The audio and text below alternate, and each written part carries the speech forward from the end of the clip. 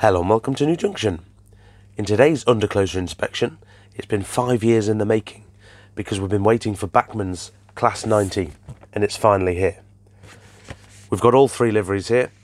Let's see if it was worth the wait.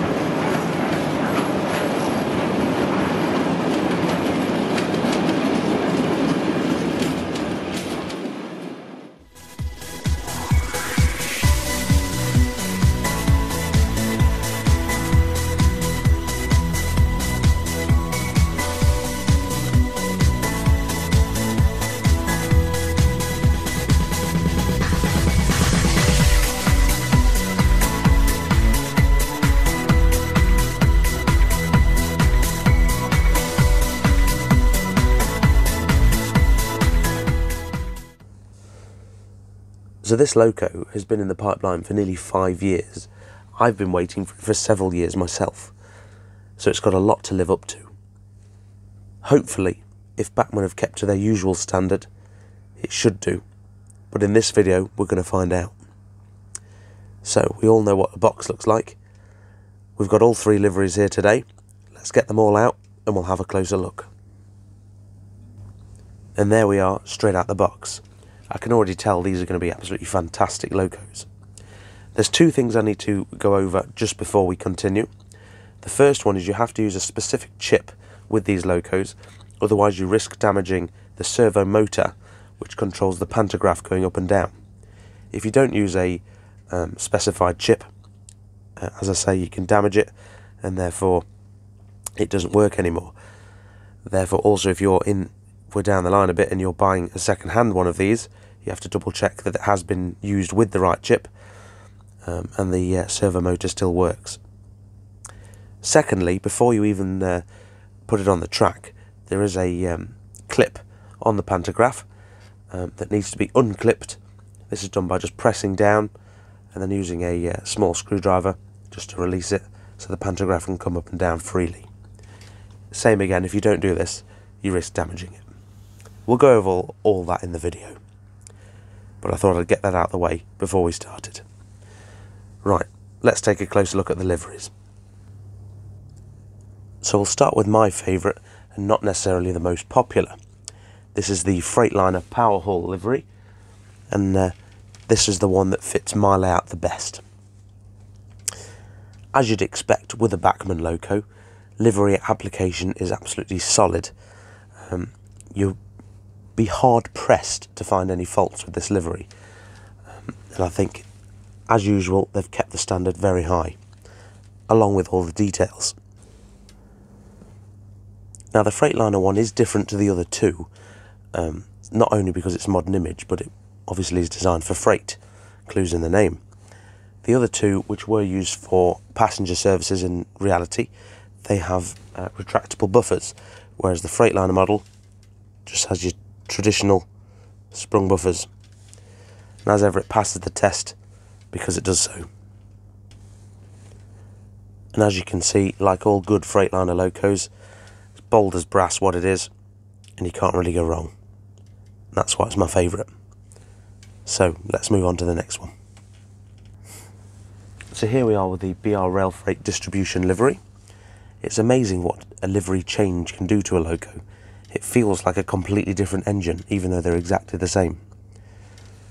Now, this one does have the retractable buffers. You literally push them in and twist, and they're then retracted. And then to undo them, same again. Easy peasy. It's a very nice feature. Bachmann didn't need to do that in a million years, but they did. And I think that just goes to show the effort that goes into these things. Now, interestingly enough, with the Class 90s from Bachmann engines normally have a driver on one end, but none of these locos do. However, the cabs are extremely detailed, and I'm sure it wouldn't be too difficult to fit one in. Now, being a modern image modeler, I do get a bit short-changed, because in the accessory pack, although you get lots of buffer beam details and things, as you can see here, these come with every version of the Class 90. The BR version and the Swallowtail do come with etched plates. So in this case you get the etches of the British Rail arrows, and on the Swallow livery you get some nameplates. But then on the Freightliner version you don't get anything. So we do get a bit short-changed. And just like the first one, this has very clean and crisp livery application and lots of details to boot. You're not going to complain. Right, let's get on to the Swallow livery. And here we are with the third and final of this current selection. It's the Financial Times Intercity Swallow liveried version. This is probably going to be the disputed favourite. So if you do have a favourite livery, do post it down in the comments below. Mine's obviously the Freightliner one, but then I am biased. I think if I was to have a change of era, this would be it. It's absolutely unmistakable and a fantastic livery.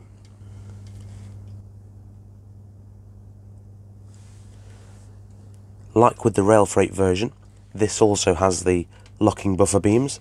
It also comes with a nice detailing pack as before, and it also has some etched nameplates for you to stick on the side.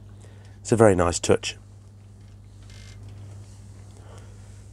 And as before, this has an absolutely impeccable livery application. You won't find any faults with it. It's absolutely fine, and these are prime for a bit of weathering if you're capable. Now, as a lot of you all know, the Class 91 is one of my favourite locos ever, and the Class 90 follows in its footsteps for me. Now, I've never quite been able to pinpoint what it is I've found about them, but it's definitely in their face. They do have a very menacing look, the 90s and 91s. Now, I think you'll agree, just to look at the front end of them, whether it's the black windows or the sort of upsweeping frame line, just gives them that sort of sinister look.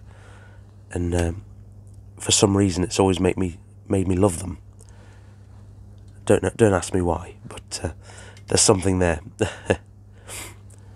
Right, now it's time to go back to the Freightliner version, and I'll show you how to chip the thing, which is incredibly easy. Now, as I said at the start, you do have to use a certain chip with this loco, otherwise you do risk damaging the servo motor that comes with the Pantograph. Now, in the instructions on the DCC information leaflet that comes in the box, it says you can use a Zemo MX634C, an MX644C, or an ESU Locksound 5, or a 5DCC. I would be very hesitant if you wanted to use a different one, just in case you damage that servo motor. The one that's doing the rounds, which is recommended, is this one, and as you can see on the bottom right of the box, it says this decoder is configured for the branch line Class 90 locomotive with servo motor operation, and it's, as you can see, 36569. Simple as that.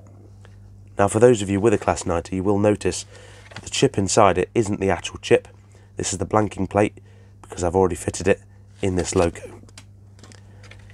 It's so easy. I'm going to show you how. So here we are, my Freightliner is now on its side, and you literally have 4 screws. You can see here's one. There's one on the opposite side, just behind the above the bogies as we're looking.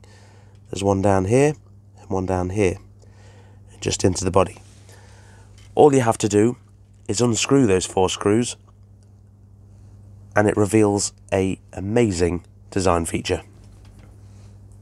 So the loco is now upright and the screws have been removed. Now, this is the one of the best features. All you literally have to do is grab the front there, and hopefully I can show you. It just lifts up, revealing the chip and all the light settings. So as you can see, here's the chip I fitted earlier.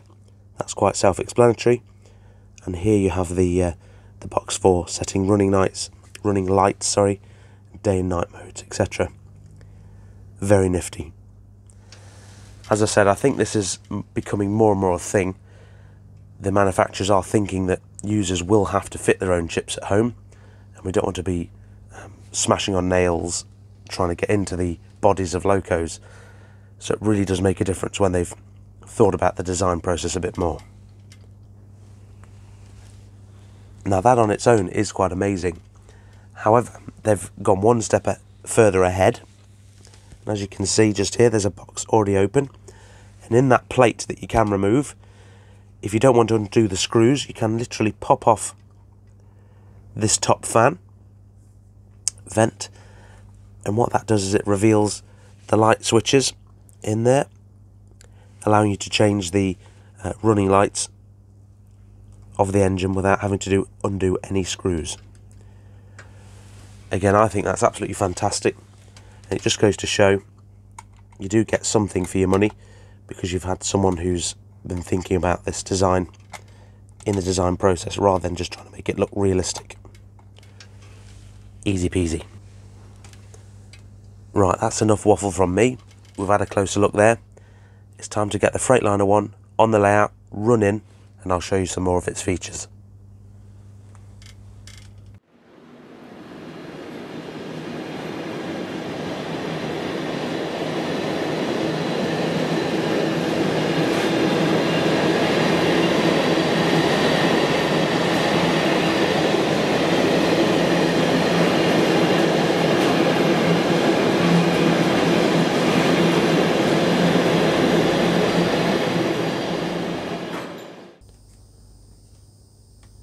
Here we are on the layout.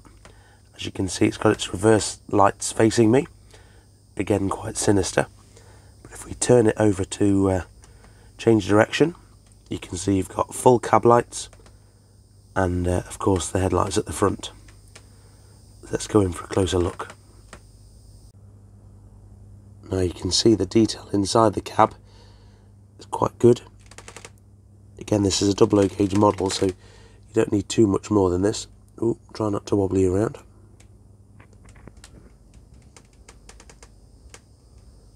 Stick a driver in there and we're laughing. Interestingly enough, one thing that was pointed out to me just before my live video yesterday, believe it or not, was that this model doesn't have any windscreen wipers. Now, I would have never noticed that in a million years, but looking around my fleet, quite a lot of them do have windscreen wipers. So for them not to be on this model is quite something, I suppose, and something worth reporting on. I know on the real deal they do sit sunken behind the main bonnet of the loco, as it were. However, they could quite have easily put them in, but I don't think it detracts from the model at all. Right, let's get on with the fun bit. Now, the one aspect that seems to be causing Bachmann all the controversy is the fact you need to buy a set chip for this pantograph. Now, what's the fuss all about? Let me tell you. That's what it's all about. Now, as much as people are going to say, what's the point? Bachmann could have quite easily had a pantograph that you could just set yourself, or manually set the height, for example. I think it's little things like this that make it worth the investment, because I think if we got a static model after 5 years, that would be taking the mickey a bit. It's nice for them to be pushing the boundaries, and let's be fair, it won't be long before this sort of technology gets smaller and more cost effective, and we'll be having opening closing doors and things like that on our coaches, for example. It's the same sort of technology that does it. So I think it should be praised, and oddly I thought it was a bit of a gimmick as well before I actually owned one, and now I do. I actually really like it. Just makes it feel that much better. It should be noted though, you can adjust the height of the pantograph using the CVs on your controller. Now I famously only have a select and you can't do it on one, so unfortunately for me it's got to stay down because this does hit my catenary.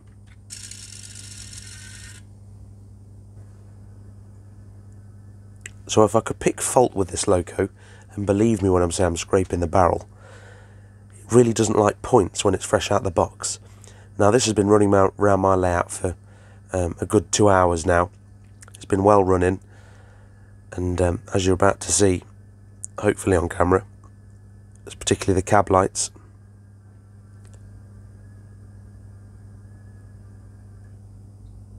there you go.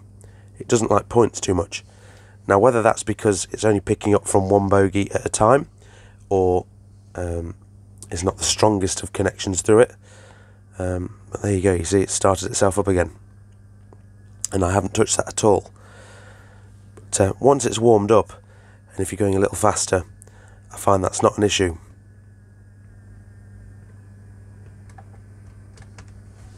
So doing the same test again, now it's been running around the layout a bit more, you can see it should go over this without stopping now.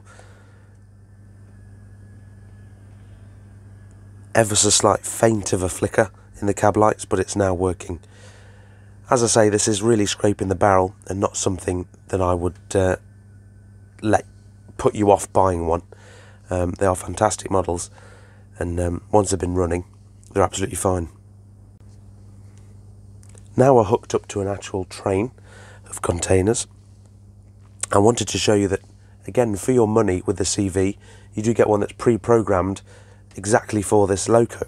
So they do accelerate and decelerate very, very realistically, which is lovely and satisfying.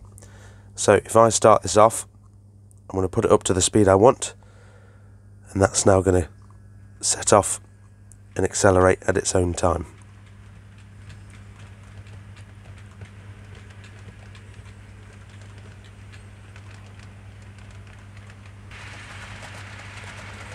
I've now put this up to a faster running speed on my layout. What I'm going to do is show you as it comes into the station. I'm going to decelerate using my select, and we'll see how long it takes to stop. So as it's coming round the corner now, hopefully it'll do it, but so far it's been really good. So as it's coming into the station, up the other end, I'm ready on the select. I'm going to turn off the acceleration now, that's fully off,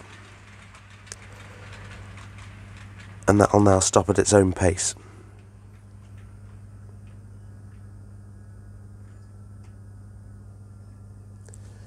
And would you believe I did that in one take?